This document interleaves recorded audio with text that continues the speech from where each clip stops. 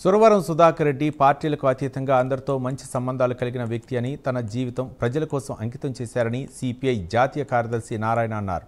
కర్నూలులో సురవరం సుధాకర్ రెడ్డి సంస్మరణ సభలో ఆయన పాల్గొన్నారు. విద్యార్థి దశ నుంచే జాతీయ స్థాయి వరకు ఎంతో ఉన్నతంగా ఎదిగిన వ్యక్తి సుధాకర్ రెడ్డి అని నారాయణ కొనియాడారు.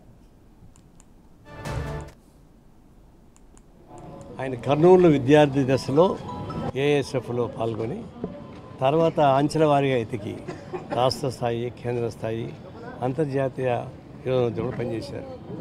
అంటే సుదీర్ఘ అనుభవం ఉన్నటువంటి ప్రజాసేవ చేసినటువంటి సుధాకర్ గారు పేరు గుర్తుండే పద్ధతుల్లో కర్నూలులో ఆయన చేసిన ఉద్యమాలు, నడవడిక ఇవన్నీ గుర్తుండే పద్ధతుల్లో చిరస్థాయిగా గుర్తుండే విధంగా ఒక జ్ఞాపిక విధానాన్ని కావాలని అడిగాం.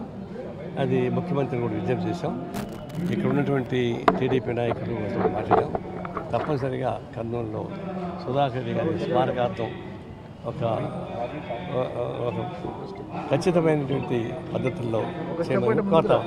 మా విజ్ఞప్తి ఒకటే, ఆయన కర్నూలు విద్యార్థి దశలో